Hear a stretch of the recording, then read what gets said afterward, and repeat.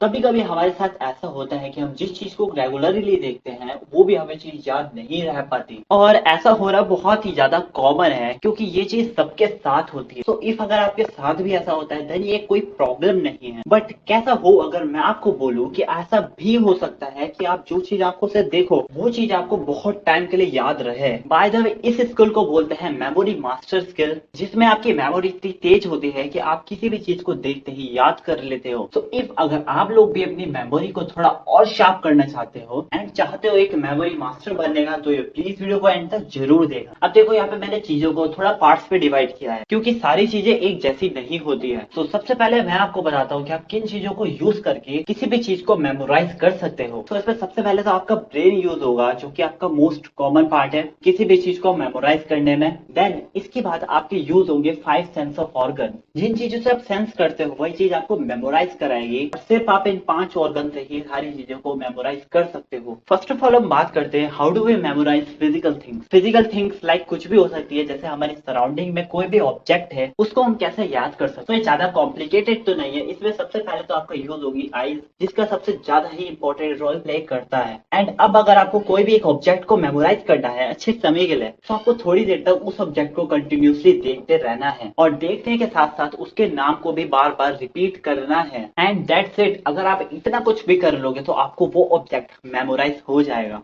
अब आप लोग बोलोगे तो ये तो एक सिंपल सी टिप्स है, but the main point is कि आपको अपने माइंड को समझाना है कि आपको ये ऑब्जेक्ट उसे याद कराना है। तो पहली बात तो जब आप उस सब्जेक्ट को कंटिन्यूसली देखोगे एंड उसका नाम अपने मन में बार बार रिपीट करोगे, तो वो आपके माइंड को पता चलेगा कि ये कोई ऑब्जेक्ट कोई नॉर्मल ऑब्जेक्ट नहीं है, इसको आपको मेमोराइज करना है। एंड फिर उसके बाद आपको कुछ घंटे बाद आपको वही ऑब्जेक्ट को मेमोराइज करने की कोशिश करना है। आपको सिर्फ वो ऑब्जेक्ट ही याद नहीं रहना, उसमें ऑब्जेक्ट का कलर, उसका शेप, सब कुछ याद करना है आपको। तो इसके लिए आपको सिंपल प्रैक्टिस कैसे कर सकते हो, उसके लिए आपको जब भी आप बाहर रोड में वॉकिंग करो देन आप रोड पे चलते ही टाइम अपने आस पास के जितने भी घर, लैंडमार्क या फिर पोल्स है उनको मेमोराइज करने की कोशिश करना है। आप अगर एक बार ये सीख जाओ उसके बाद आप छोटी छोटी डिटेल्स को याद करने की कोशिश करो। आप अगर स्कूल से घर या ऑफिस से घर जाते हो उस टाइम आप जिस रूट को हमेशा ही फॉलो करते हो उस रूट के सारी चीजों को याद करने की कोशिश करो। एंड अब आप लोग सोचोगे कि ऑब्जेक्ट्स को याद करने का कोई बेनिफिट तो नहीं होगा, बट इसका बेनिफिट आपको बाद में होगा। जब आप किसी भी ऑब्जेक्ट को एक बार रख दोगे और उसको याद कर लोगे देन आप वो चीज कहीं भी नहीं भूलोगे कि आपने वो ऑब्जेक्ट को कहाँ रखा था। एंड इससे आप किसी भी फिजिकल चीजों को याद कर सकते हो, इवन वो एक पर्सन ही क्यों ना हो, सब कुछ आप मेमोराइज कर सकते हो इसी ट्रिक की वजह से। देन हम बात करते हैं how do we memorise any text. अब टेक्स्ट याद करना बहुत ज्यादा ही यूजफुल है क्योंकि ये हमारे एग्जाम्स में हमारी सब जगह यूज होते हैं एंड इनको हमें याद करना कंपलसरी भी है अपनी लाइफ में। तो आपको किसी भी टाइप के टेक्स्ट को याद करने के लिए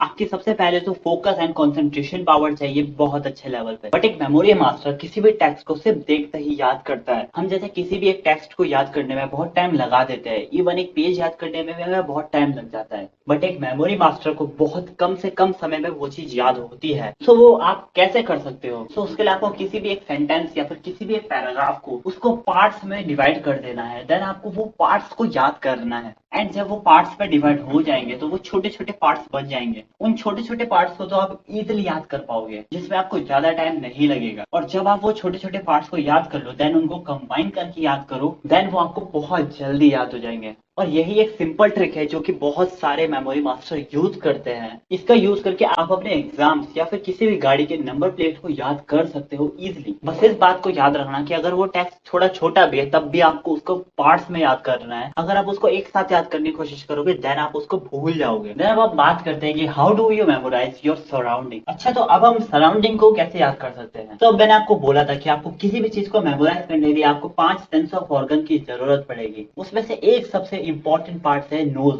जी हाँ, आपको अपने नोज से अपने सराउंडिंग को याद करना है। अगर आप किसी भी वेल्ड रेस्टोरेंट में जाते हो देन आपको वहां की फ्रेग्रेंस बहुत अच्छी लगती है, या फिर आप किसी भी पर्सन के पास जाते हो अगर उसने परफ्यूम लगाया है तो देन आप उस पर्सन पे अट्रैक्ट होते हो बिकॉज ऑफ हर परफ्यूम। आपका माइंड उस पर्सन का फेस याद नहीं रखता बल्कि आपकी नोज उसके परफ्यूम को याद रखती है। तो इसी चीज का एडवांटेज आपको उठाना है अपने सराउंडिंग को याद करने के लिए। देखो, किसी भी टाइप के इन्वायरमेंट को सेंस करना कोई बड़ी बात नहीं है। अगर आप उसे थोड़ा डीपली मेमोराइज करने की कोशिश करो। इसका सबसे बेस्ट एग्जांपल मैं आपको देता हूँ कि अगर आपको किसी भी एनवायरनमेंट को मेमोराइज करना है तो उसके लिए सबसे पहले तो आप किसी एक न्यू प्लेस पे चले जाओ, जैसे कि वो आपके फ्रेंड का घर हो सकता है या कहीं घूमने की प्लेस हो सकती है। देन हर जगह की स्मेल थोड़ी अलग होती है दूसरी जगह से, इस बात का आपको हमेशा ध्यान रखना है। एंड हर किसी के घर की फ्रेग्रेंस भी थोड़ी सी अलग होती है, बट उसको समझने के लिए आपको सेंसेशन की बहुत डीपली नॉलेज चाहिए होगी। बट अगर आप इस चीज की प्रैक्टिस रेगुलर करोगे देन आप उस इन्वायरमेंट को स्मेल कर पाओगे। अगर आप किसी भी प्लेस पे जाते हो एंड वहां पे आपको स्मेल थोड़ी डिफरेंट दिखती है तो आप उसको मेमोराइज करने की ट्राई करो। देन जब भी आपको नेक्स्ट टाइम वही स्मेल आए देन आपको वो जगह रिमेम्बर हो जाए। और इसकी प्रैक्टिस आप फूड आइटम को स्मेल करके भी कर सकते हो। एंड अगर आप किसी भी फूड आइटम को अच्छे से मेमोराइज कर पाए देन आप अपने नोज से किसी भी चीज को मेमोराइज कर सकते हो। देन इसके बाद आता है how do we memorise any kind of sound. देखो हमारे सराउंडिंग में बहुत सारे डिफरेंट डिफरेंट तरीके की आवाज होती है। इवन अगर आप अपने घर में शांति से भी बैठे हो देन अगर आप थोड़ी सी मेडिटेशन करके शांति से वो आवाज को सुनोगे, वो कोई सिंगल वॉइस नहीं होगी, वो बहुत सारे तरीके की वॉइस होंगी। इवन चाहे वो अभी आपको सुनाई भी ना दे रहे हो बट आपके सराउंडिंग में बहुत डिफरेंट तरीके की साउंड्स होती हैं। बट इस बात का आपको ध्यान रखना है कि आपको अपने ईयर का यूज करना है किसी भी टाइप की साउंड को सेंस करने के लिए। और किसी भी साउंड को मेमोराइज करना कोई ज्यादा टफ टास्क नहीं है, क्योंकि हमें साउंड और म्यूजिक बहुत इजीली याद हो जाते हैं then any kind of text. और इसका बेनिफिट ये होगा कि अगर आपके पीछे से कोई भी आता है देन आप उसके फुट स्टेप भी इजीली सेंस कर पाओगे। तो आपको अभी से प्रैक्टिस करनी है हर टाइप के साउंड को सेंस करने की। और इसी के साथ साथ आपको ये भी पता होना चाहिए कि वो साउंड किस डायरेक्शन से आ रहा है। अगर आपको ये बात अच्छे से पता होगा देन आप मास्टर कर जाओगे अपने ईयर्स से किसी भी चीज को मेमोराइज करने में। तो अगर आपके माइंड में क्वेश्चन है कि हम सराउंडिंग या फिर किसी भी टाइप के म्यूजिक को क्यों याद करें, क्योंकि मोस्टली लोग टेंजिबल ऑब्जेक्ट्स को ज्यादा याद करने पे प्रायोरिटी देते हैं। तो देखो अगर आपको एक मेमोरी मास्टर बनना है या आप अपनी मेमोरी पे मास्टरी करनी है तो उसके लिए आपको हर चीज को मेमोराइज करना सीखना पड़ेगा, चाहे वो चीज आपके सामने हो या आपको दिखाई भी ना दे रही हो। और अगर आप लोग सोचते हो कि इसके बेनिफिट क्या है देन शायद में भी मुझे इसके बेनिफिट बताने की जरूरत नहीं है।